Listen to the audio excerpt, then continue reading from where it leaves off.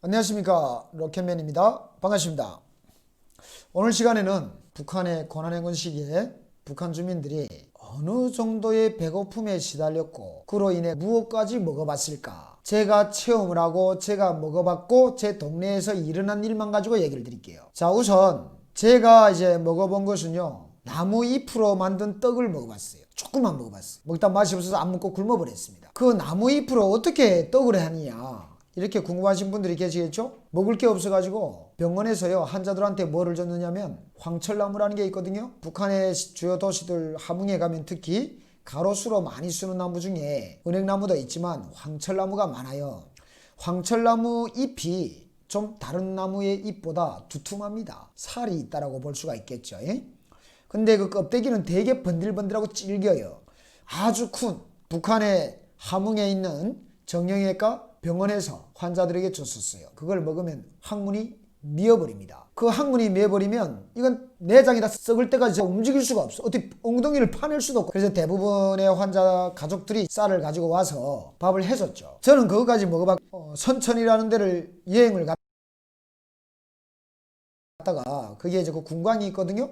군광이 있어가지고 군광으로 가는 도중에 이제 어느 숙박집에 들어갔는데 돈을 내고, 그 집에서 아침에 나무 껍데기 송기라고 하는 거예요. 옛날에 일제시대 때도 그거 먹었다고 하죠. 소나무 껍데기를 밟으면요, 그 안에 나무를 감싸는 어떤 그런 섬유질 껍데기가 있습니다. 그거를 어떻게 뺏기는 것 같아요. 그걸 벗겨가지고 이제 뭐 큰 그릇에 그 안에 섬유질 껍데기가 막 물에 담겨져 있어요. 이거 뭐 그거를 어떻게 해가지고 간대요. 갈아가지고 제기져서 먹는데, 그거 역시 먹으면요 그대로 항문이 미어버립니다. 그리고 이제 우리 동네, 저희 집, 우리가 살던 집의 뒷집의 조카가 저희 그 동네, 조금 떨어진 동네에서 살았는데 자기 딸을 잡았죠. 자기 딸을 잡아먹다가 이제 잡혔죠.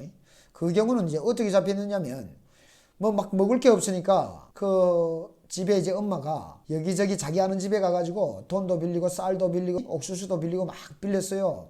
그래서 빚이 잔뜩 이렇게 만들어지는 거야. 근데 빚쟁이들이 어느 날에 이게 빚도 갚지도 않고, 그러니까 아니 이것들은 우리 빚도 갚지 않으면서 어쨌든 무엇인가가 먹고 사니까 살겠지, 도대체 니들은 뭐 먹고 사는가 가보자 이러고 그 집에 갔어. 그날에 참 재수없이 갔는데 가마솥이 막 버글버글 끓는 거예요. 근데 막 구수한 고기 냄새가 나는 거야. 그래가지고 아니 어떻게 우리한테 빚진 것도 갚지 않는 것들이 고기를 먹을 수가 있느냐. 그래가지고 빚쟁이들이 그날에 가가지고 막 그 집의 주인들이 막 가로막고 하는 거를 막 밀치고 해가지고 가마솥을 열었는데 사람이 삶아지는 게 나왔죠. 그 사람은 누구였을까? 그 집의 딸이었어요. 고난행군 때는 여러분, 뭐 아이들이 뭐 할머니 집에 갔어요 이러면 뭐 정부에서 그거 확인할 수도 없는 때였고요. 할머니 집에 가서 확인을 했는데 아이가 없으면 오는 과정에 어디에서 뭐 죽었는갑다, 그냥 행방불명 이럴 때입니다. 정말 다 그러지는 않았죠. 모두가 자기가 먹을 게 없다 해서 자식을 잡아먹고 그러지는 않았어요. 자식과 함께 굶어 죽은 부모들도 많죠. 대부분. 또 자기는, 엄마는 먹지 못하더라도 자식의 입에 다 넣어주고 엄마는 정말 굶어서 말라 죽은 집도 있고 이렇게 있지만, 정말 이런 일도 있었다. 너무 참혹한 얘기 돼가지고 제가 이 이야기는 길게 풀지를 않을게요. 그리고 저희하고 함께 일하던 저희 소대에 그 한 직원이 있었습니다. 그분의 아들이 그 자기 할머니를 잡아서 죽여가지고 이 손목하고 이제 발목을 다 잘라서 구워 먹다가 이제 잡혔죠.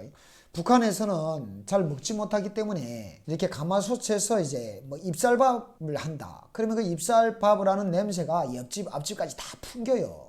그리고 이제 뭐 고기를 삶는다. 그러면 그 고기 냄새가요 온 동네에 다 풍깁니다. 왜냐면 그 안에서 삶을 때 그 증기가 나오고 뭐 삶는 그런 연기가 나오고 하면 여기서처럼 환풍기가 있는 것도 아니고 떼창문을 열거나 출입문을 열고 이렇게 해서 막 창문을 열고 막 환기를 시킨단 말이에요. 근데 요거는 이 집에 그 아들놈이 아마 경찰서에 잡혀가서 야가 진술을 쓴 거예요. 자기는 할머니를 잡지 않았다. 나는 살인하지 않았다. 나는 우리 집에 닭이 이렇게 톡톡톡톡 뛰어들어오기 때문에 배고파가지고 누구네 집 닭인지도 모르겠지만 저 닭을 좀 잡아먹으려고 사실은 그 닭을 잡아서 닭의 발을 잘라가지고 아궁이에서 구웠을 뿐이다. 이렇게 했었어요. 허상이 생길 정도까지 제가 뭐 굶어보지 못했다라고 해야 될까요? 그래서 잘 모르겠지만 배고프고 정말 그런 정도가 되면 사람이 사람처럼 안 보이는가 봅니다. 그래서 그 누구 집 아들이 할머니를 죽여가지고 아궁이에다 구워 먹다가 잡혔다 해가지고 이제 저희가 그 이렇게 경찰서에 정말 억울하지 않냐라는 이런 얘기로 말하면 탄원 비슷한 거죠. 그래서 이제 가보니까 경찰도 그 친구가 쓴 진술서 그 자백이죠. 자백서를 이렇게 보니까 기가 막힌 거예요. 자기는 죽어도 할머니를 안 죽였대. 할머니가 자기를 그렇게 사랑해줬는데 자기가 왜 할머니를 죽이겠네. 닭이 들어와가지고 닭의 발목을 잘랐을 뿐인데 왜 잡네. 내미 집 닭 하나 발목을 잘랐는 거를 가지고 죽여야 되냐. 결국은 이제 살인죄로 정리가 되기는 됐어요. 이 정도라고 얘기를 하면 뭐 어느 정도까지 먹어봤을까요? 땅속에 박혀있는 벼뿌리를 캐가지고 잘라가지고 그 벼뿌리를 씻어서 모래알 다 깨끗하게 씻어가지고 쫙 펴서 말리웁니다. 그러니까 그 벼뿌리를 말리운 거를 이제 갈아요.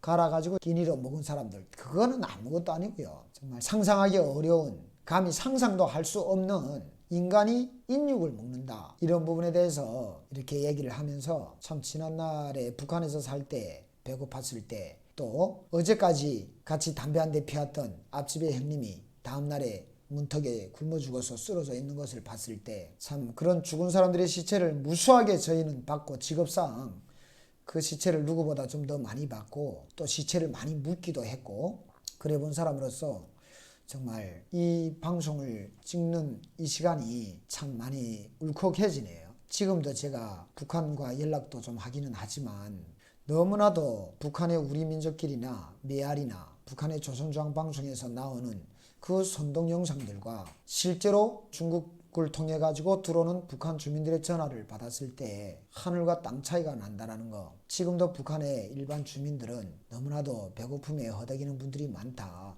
지금도 그렇다. 이런 말씀을 드려봅니다. 제가 얼마 전에 북한에 계시는 한 분이 한국에 있는 형제를 찾아달라 해가지고 그분의 영상을 제가 받은 적이 있어요. 요새는 북한하고 전화를 할 때 전화보다도 이제 그 외신이라고 하는 위챗, 뭐 외신 이런 거를 통해서 영상통화도 1분 정도를 할 수가 있어요. 영상통화도 제가 북한하고도 하고 또 사진도 이제 받아보고 너무나도 기막힌 사진과 그들의 실상을 이렇게 보면서 정말 하루빨리 북한의 그런 독재 정부는 파괴가 돼야 된다. 저 북한의 독재 정부가 파괴가 되는 것이 2,500만의 북한 주민들을 살리는 길이고 해방시키는 길이다. 북한 주민들을 해방시키는 데에 같이 힘을 모아주십시오. 감사합니다.